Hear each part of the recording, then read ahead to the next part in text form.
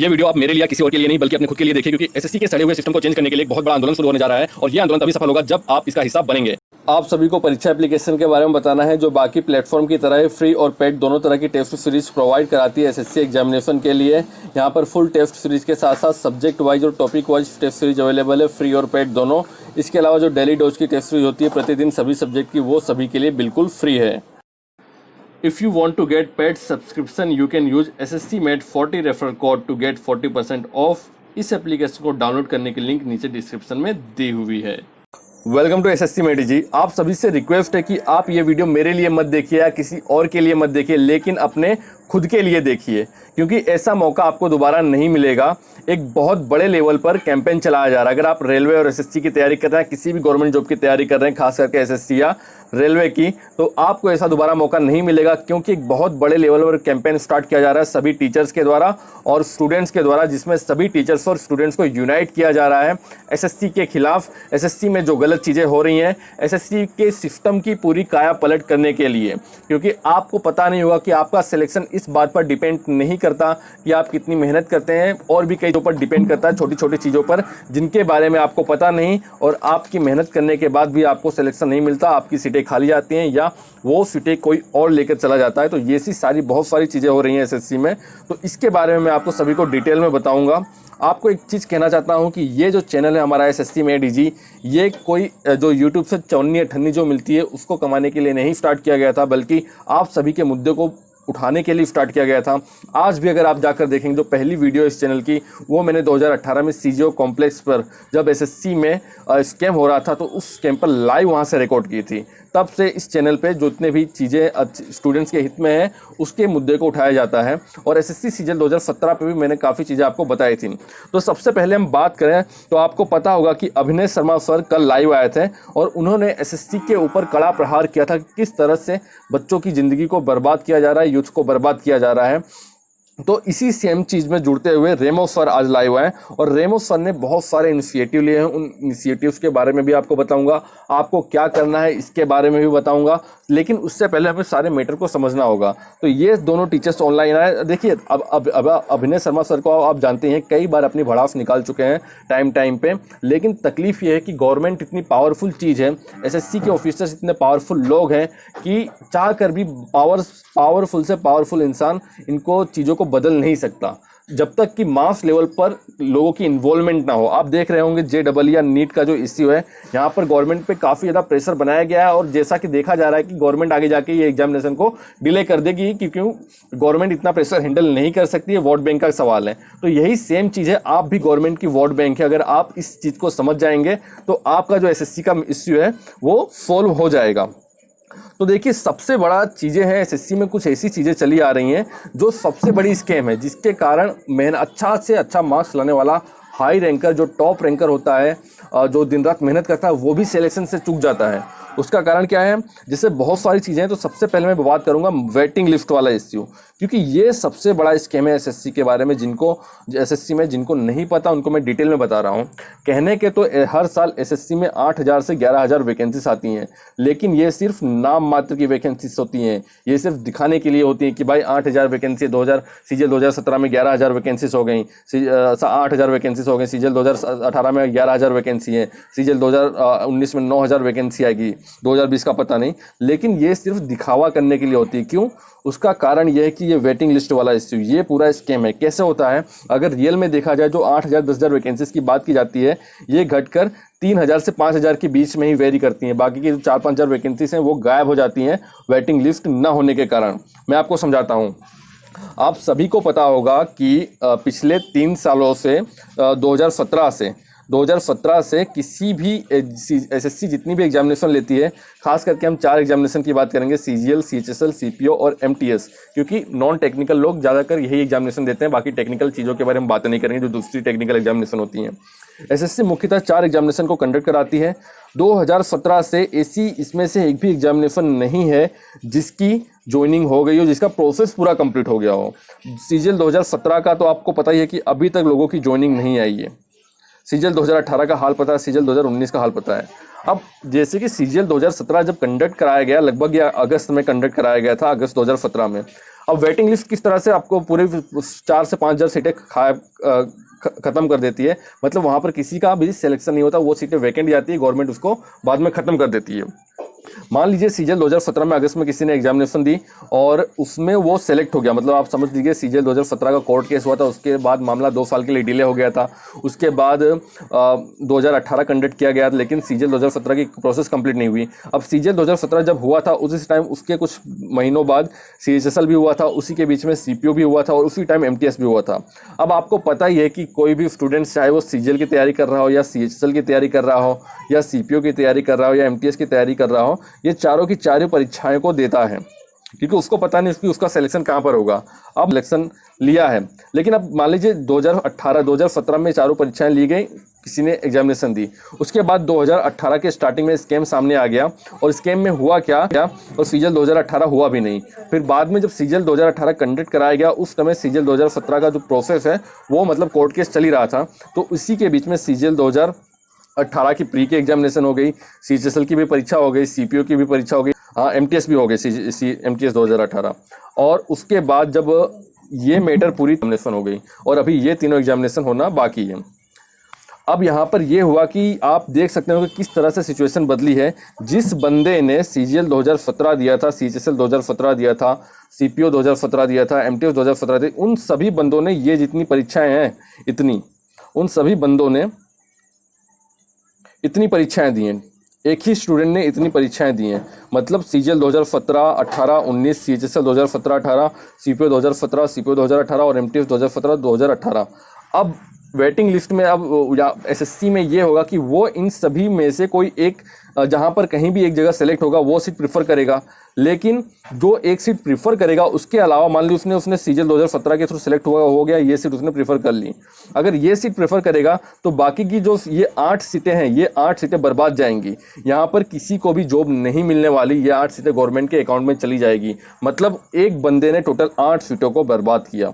इसमें स्टूडेंट्स की गलती नहीं है, इसमें एसएससी की गलती है। और ऐसा हमेशा होगा भी सीजीएल 2017, 18 और सीजीएल 2019 का जो प्री है वो कंडक्ट करा लिया गया है। आपको पता है इतनी हाई कट ऑफ जाने का क्या कारण है? 148 कट ऑफ गई है। इतनी हाई कट ऑफ जाने का कारण है कि ये जितने भी रिपीटेड कैंडिडेट हैं, ये सेम के सेम कैंडिडेट यही एग्जामिनेशन को देते चले आ रहे हैं, तो ये कट ऑफ तो बढ़ाएंगे ही। जो पुराने स्टूडेंट्स हैं वो रेस से बाहर नहीं हो रहे हैं, जिससे जो नए स्टूडेंट्स हैं, ये नए स्टूडेंट्स को मौका ही नहीं मिल रहा है।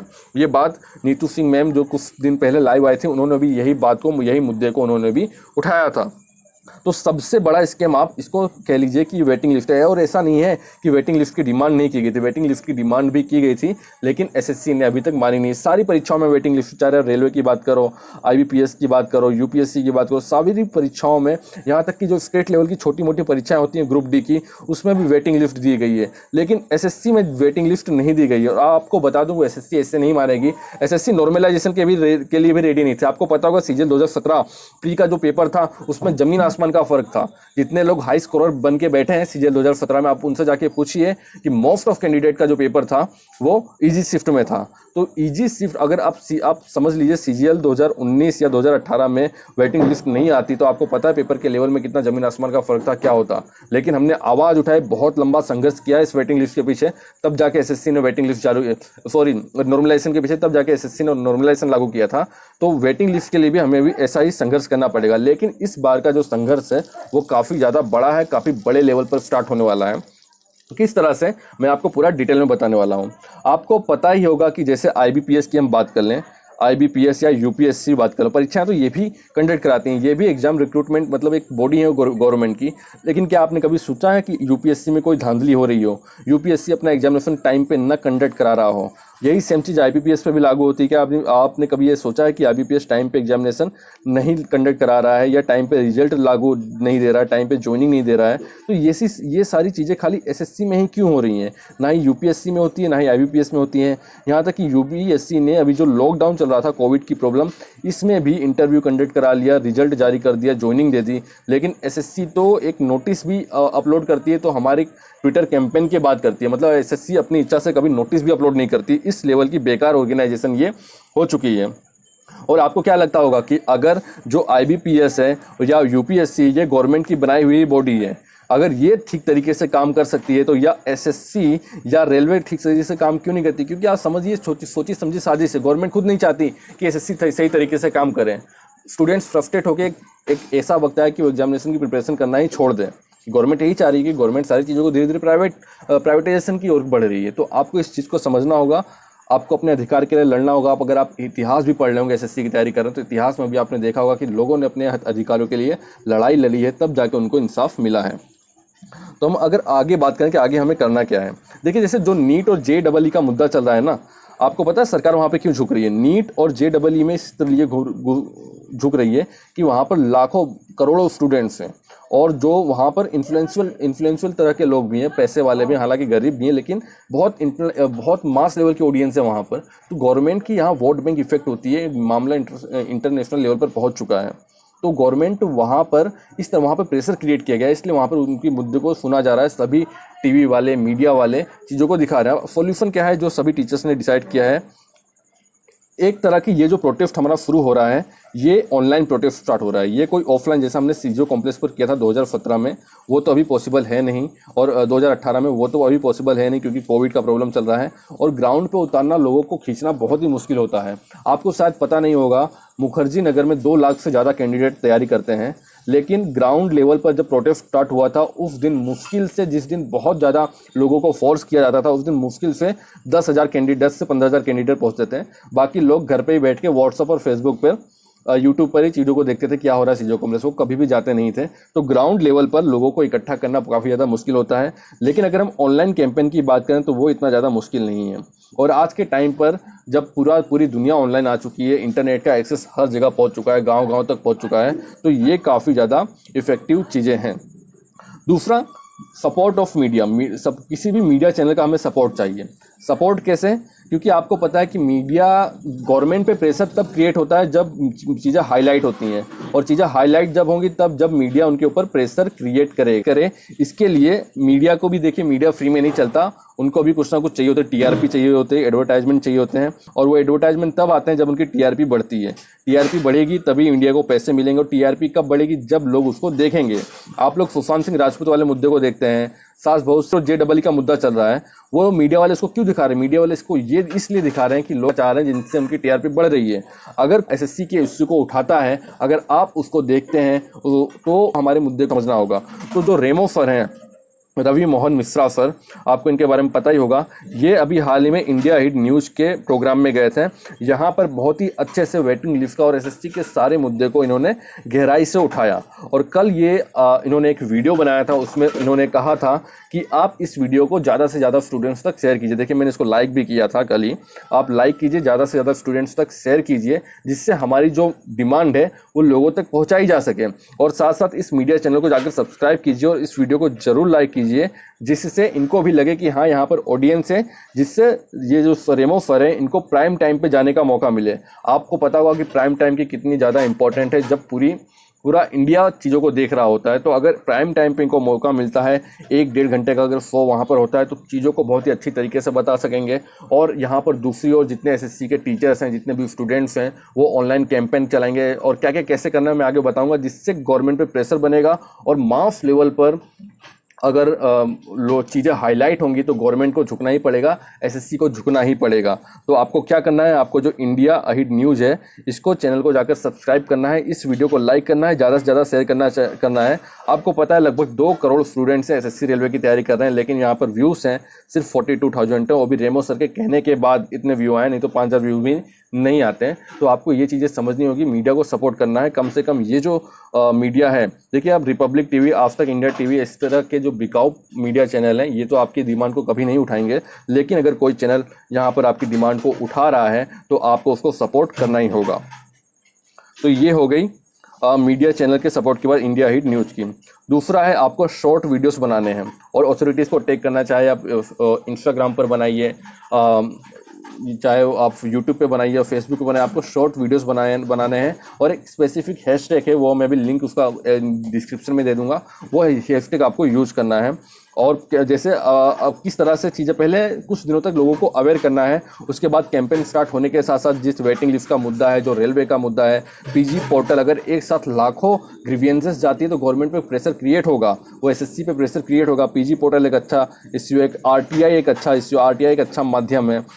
और जितने भी टीचर्स हैं, जिस तरह से अभी रेमो सर, अभिनय शर्मा सर ने ये आवाज़ उठाई है, उस तरह से सभी टीचर्स से, चाहे राकेश यादव सर हों, नीतू सिंह मैम हो, जितने भी एसएससी के टीचर हों, वाईफाई स्टडी किए हैं, अन अकेडमी के हों, स्टडी IQ के गौरव सर हों, तो सभी को साथ में आना है। ये सब बहुत बड़े लोग हैं एजुकेशन की दुनिया के, समझ लीजिए कि इंडिया का एजुकेशन सेक्टर यही सब चला रहे हैं। अगर सभी टीचर्स एक साथ आते हैं तो ये जो पूरा एसएससी है, एसएससी को झुकना ही पड़ेगा।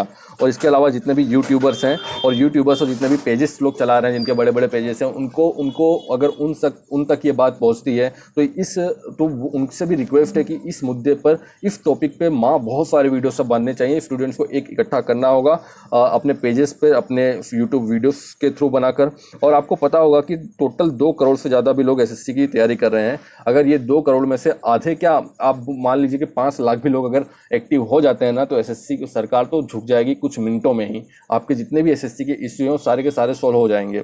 आपको पता होना चाहिए कि जो इश्यू सॉल्व होना है एसएससी में, वो कुछ देर के लिए, मतलब एक बार मेहनत लगती है, उसके बाद अगर एक बार चीज़ें चेंज हो गई तो वो चीज़ें हमेशा के लिए चेंज हो जाती है। आपको पता होगा जो नॉर्मलाइजेशन का मैटर था, नॉर्मलाइजेशन की हमारी जो लड़ाई है वो लगभग 1.5 साल तक चली थी। आपको पता होगा कि सबसे पहले दिल्ली हाई कोर्ट में केस फाइल किया गया था राजू भाई ने, उसके बाद सुप्रीम कोर्ट में केस फाइल किया गया, उसके बाद नॉर्मलाइजेशन एसएससी ने मजबूरी में लागू किया है। नॉर्मलाइजेशन ऐसे नहीं मिल गया था, एसएससी ने केस लड़ा था नॉर्मलाइजेशन न लागू करने के लिए। और आज अगर आप सोचिए, अगर आज नॉर्मलाइजेशन नहीं होता तो जिस लेवल का पेपर में, जिस लेवल का डिफरेंस होता है, एक पेपर एकदम आसान, एक पेपर एकदम ईजी, तो किस तरह से वो जस्टिफाई हो पाता।